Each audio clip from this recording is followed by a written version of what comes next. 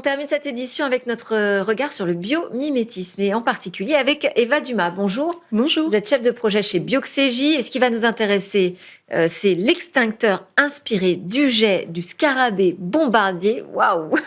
Bon, déjà peut-être replacer un peu le contexte, pourquoi on s'intéresse à ce sujet aujourd'hui, quels sont les enjeux, les incendies. Absolument, c'est les incendies, plus précisément les incendies domestiques, puisque depuis les 20 dernières années, il y a une augmentation, ça a doublé les déclarations d'incendies domestiques, et pour cause, il y a beaucoup plus d'appareils électroménagers chez nous, donc des départs de feu beaucoup plus faciles. Et quand on a un départ de feu, la première minute, on peut l'éteindre avec un verre d'eau, la deuxième minute, on peut l'éteindre avec un seau d'eau, mais la troisième minute, il faut une citerne. Donc, tout de suite, ça devient beaucoup plus compliqué. D'accord, ça va très vite. Absolument. Et aujourd'hui, les chiffres, c'est assez effrayant. Il y a 300 000 déclarations d'incendies domestiques. Et sur ces 300 000 déclarations, on va retrouver 460 décès et 10 000 blessés. Et pour cause, il y a des solutions aujourd'hui. On connaît tous le fameux extincteur maison qu'on peut retrouver dans nos habitations. Oui. Donc, en général, ils sont faits avec de l'eau, de la poudre, du CO2 ou de la mousse. Mais en fait, peu importe le type d'extincteur, ils ont une portée aujourd'hui qui va de 0,5 à 3-4 mètres environ, qui donc en fait fait que la personne qui va vouloir se défendre du feu se retrouve très proche du feu. Et donc est face à des températures qui vont de 600 à 1200 degrés. D'où les complications et le danger pour la santé. Donc il y a un réel besoin d'adapter nos technologies chez nous et d'augmenter tout simplement cette portée pour nous éloigner du feu. Et donc, on va regarder ce qui se passe du côté du scarabée bombardier. Pourquoi ? C'est ça. Alors, il porte très bien son nom, celui-ci. En fait, tout simplement, quand on va observer ce petit insecte en situation de défense, donc face à des fourmis, à des mantes religieuses par exemple, qui veulent l'attaquer, on va assister à un véritable champ de bataille, donc une mitraillette, qui peut même s'adapter avec un angle de 270 degrés. Là, on a la photo, c'est impressionnant, effectivement. Oui. Voilà, et donc voilà, quand on regarde en fait l'attaque directement, c'est un jet qui est un cocktail chimique chauffé à plus de 100 degrés.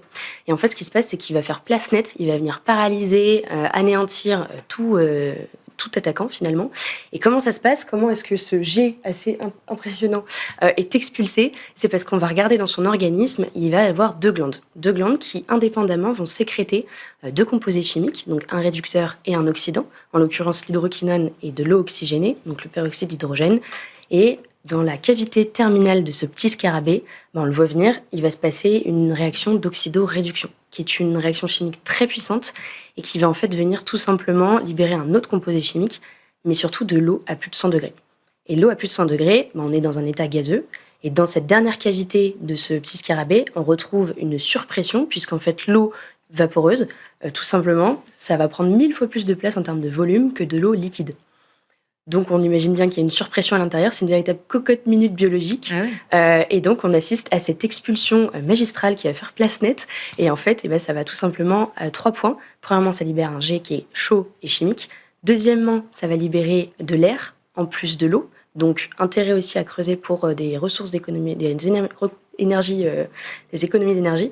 Et troisième point, ça va aussi en fait lancer un jet qui est puissant et précis. Donc, augmentation de la vitesse. Donc, on adore et on se dit on va créer un extincteur qui reproduit finalement cette mécanique à l'intérieur du scarabée bombardier. Il y a des chercheurs qui se sont penchés sur la question et donc en fait, ils ont voulu reproduire ce système un peu de chambre de surcompression, on va dire, en permettant avec de l'eau qui va être chauffée à plus de 100 degrés. Et donc aujourd'hui, les premiers résultats, c'est tout simplement qu'il y a 50% de la vitesse d'expulsion qui est augmentée. Donc c'est impressionnant. Il y aura aussi d'autres intérêts, je pense, à creuser pour l'industrie, des inhalateurs, des sprays, des aérosols, injecteurs, par exemple, de carburant. Donc voilà, il y a beaucoup de bio-inspiration à creuser là-dessus pour ces industries. Merci beaucoup, Eva Dumas. Je rappelle que vous êtes chef de projet chez Bioxégie. Merci à tous de nous suivre. C'était Smart Tech. Et puis un grand merci à Lily Zalkin qui m'a accompagnée pendant cette saison et même la précédente. Voilà, on lui souhaite un très bel été et également à vous un très bel été à tous.